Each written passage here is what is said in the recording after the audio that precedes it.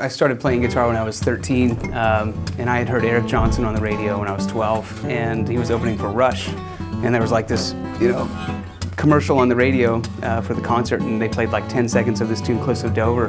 It made me want to, get a guitar. I got into the acoustic guitar when I was 16, and I saw Preston Reed playing, and he was playing, like over the top of the neck and using altered guitar tunings and hitting the guitar body, all this stuff that was just like totally brand new to me. And seeing somebody do all that stuff on one guitar just totally made me want to check it out and try to figure out how to do all that at the same time.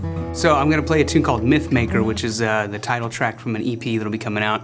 I was sort of inspired to write a tune for all the creative sort of people out there and dedicate it to them. Anyone that's sort of like creating and contributing to this whole experience, of life. This tune's kind of got a few different pieces, like segments to it. It's almost like a prog rock tune, a little bit like that.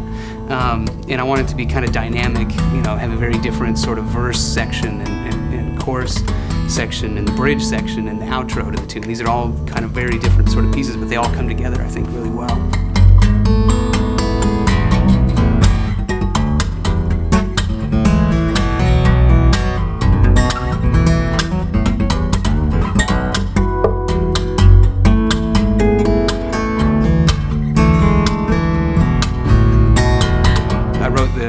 Sort of verse part to this song probably maybe a year or a year and a half ago even, and then just sort of started to develop the ideas over time. Sometimes it's kind of tough for me to write new music when I'm touring, so whenever I can sort of get time to work on new stuff, it'll be like in the hotel room, and so I'll just kind of maybe come up with a new segment to the song or something, but it might be like months later, and so it's sort of evolved over time a bit.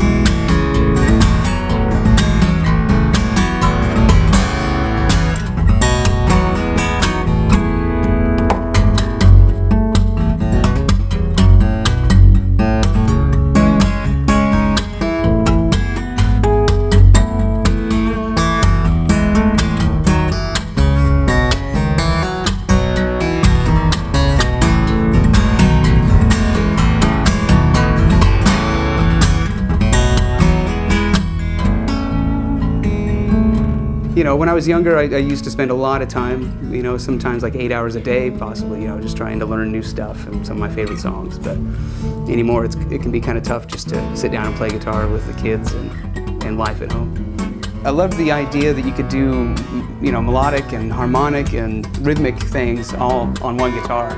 I don't know if that's a control freak sort of thing or what, but it seemed really compelling to me and to try to express what I wanted with all those elements on one guitar.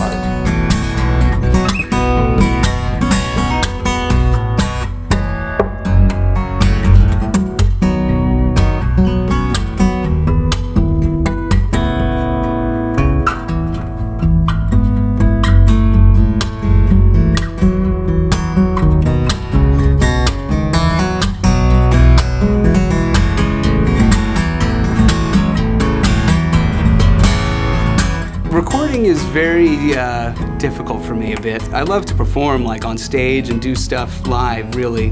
Leo Kottke once said recording music is like embalming it, which I thought was pretty hilarious. I don't like to let any sort of mistakes through. It's stuff maybe people wouldn't even notice, but I'm just like, I couldn't live with that, I gotta do it again. When I finally get a good take, it's like, that's gonna be nice to be able to share that with people and feel good about it,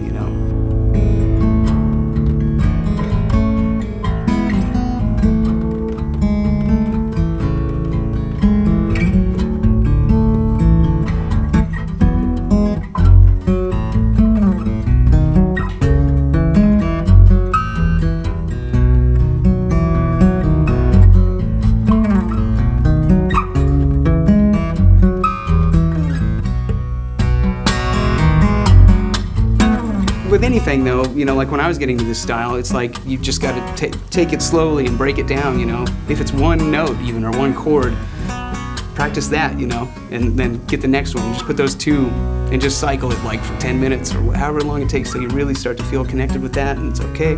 Let's do the next one. It's really a matter of breaking things down. I think that's maybe the biggest hurdle for people sometimes. They just want to get into it too fast, and it's like, take it down and practice it slowly and get comfortable with playing it slowly too. Even if you're an advanced player, if you don't do that, I think you're missing out. And it's good to be able to play these things at all kinds of tempos.